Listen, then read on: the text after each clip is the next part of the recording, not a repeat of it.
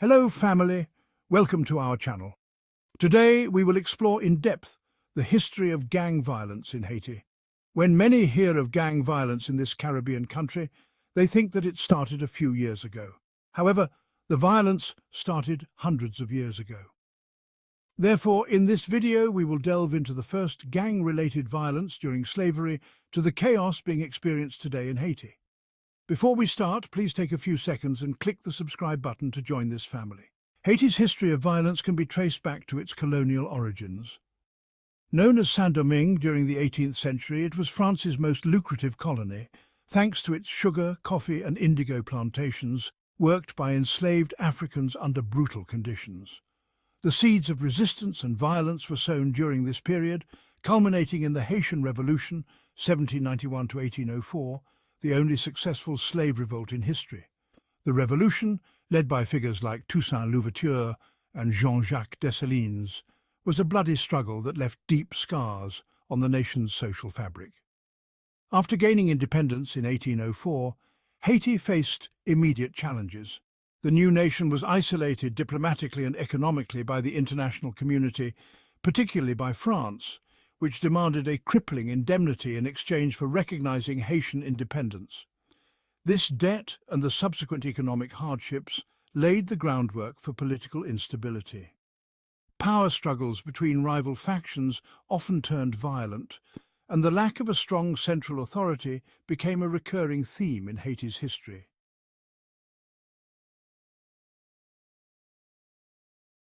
Fast forward to the mid-20th century, and we see the emergence of one of Haiti's most notorious regimes, François Papa Doc Duvalier, who came to power in 1957. Papa Doc's reign, 1957 to 1971, was marked by a ruthless dictatorship where fear and repression were the order of the day. To maintain control, Duvalier created a paramilitary force known as the Tonton Macoutes. Named after a Haitian folklore figure who kidnaps and punishes disobedient children, the Tonton Macoutes lived up to their name, becoming synonymous with terror. The Tonton Macoutes were not a conventional police or military force. They were thugs loyal to Duvalier, given free rein to suppress opposition through any means necessary, including murder, torture and intimidation. This period set a precedent for the use of organized violence as a tool for maintaining power in Haiti. When Papa Doc died in 1971, his son, Jean-Claude Baby Doc Duvalier, continued the regime's oppressive tactics until his eventual ousting in 1986.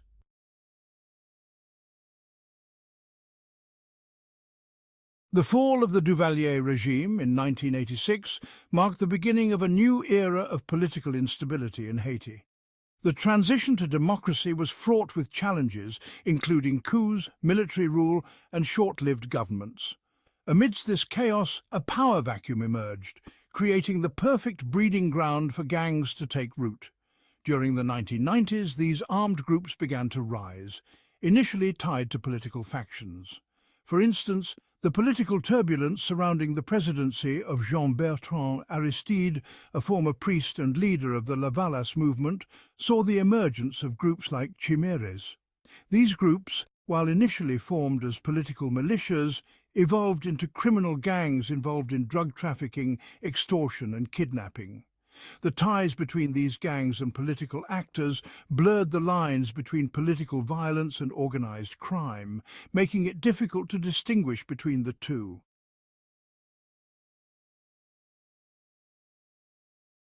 The situation escalated further in 2004, when Aristide was ousted in another coup, leading to widespread violence. This coup set off a chain of events that plunged Haiti into deeper chaos. Gangs took advantage of the turmoil to consolidate power, especially in urban areas like the capital, Port-au-Prince. The proliferation of gangs during this period was so severe that the United Nations intervened, deploying the United Nations Stabilization Mission in Haiti, known as MINUSTAH, in an attempt to restore order. However, the presence of international forces did not immediately curb the violence. Gangs like the notorious Bel Air and Cité Soleil factions continued to exert control over significant parts of the city. These neighborhoods became virtual no-go zones where the state's authority was non-existent and gangs acted as the de facto government, imposing their own laws and punishing those who dared to defy them.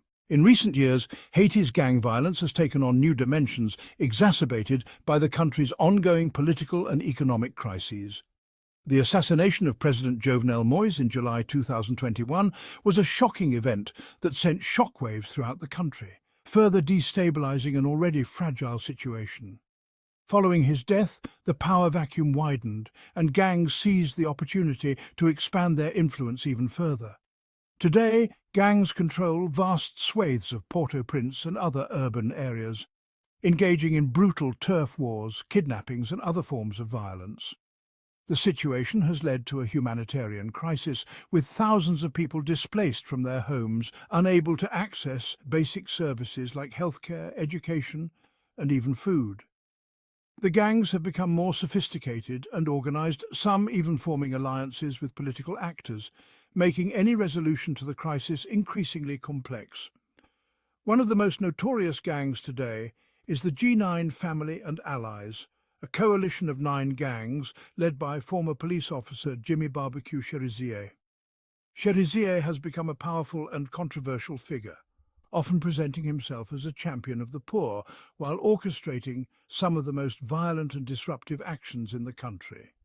His influence highlights the extent to which gangs have become intertwined with Haiti's political landscape.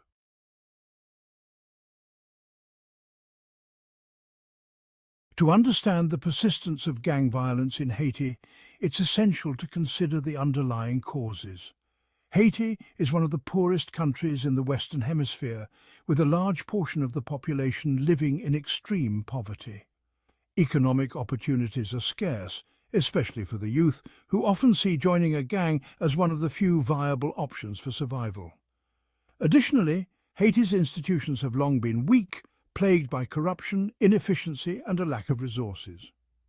The police and judiciary are often ill-equipped to deal with the scale of the violence, and in some cases have been compromised by their own ties to criminal organizations. This institutional weakness has allowed gangs to operate with relative impunity, further entrenching their power. The international drug trade has also played a significant role.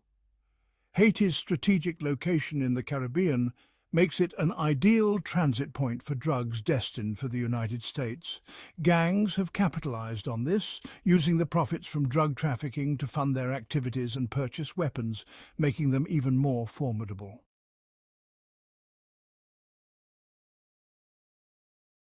The future of gang violence in Haiti remains uncertain. While there have been calls for stronger international intervention and efforts to rebuild the country's institutions, the situation is complex, and solutions are not straightforward. Any meaningful change will require addressing the root causes of the violence, poverty, inequality, and weak governance, while also finding ways to disarm and reintegrate gang members into society. Efforts to reduce gang violence must also involve the communities most affected. Local leaders, civil society organizations, and ordinary citizens have a critical role to play in reclaiming their neighborhoods from gang control. Empowering these communities with the tools and resources they need to resist gang influence is essential for any lasting peace.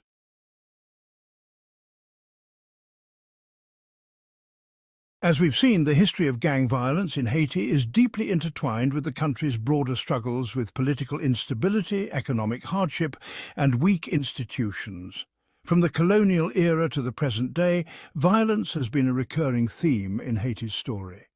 But while the challenges are immense, so too is the resilience of the Haitian people. The path forward will not be easy, but with determination and the right support, there is hope for a future where Haiti can break free from the cycle of violence that has plagued it for so long. Thank you for watching. If you found this video informative, please like, share and subscribe to our channel.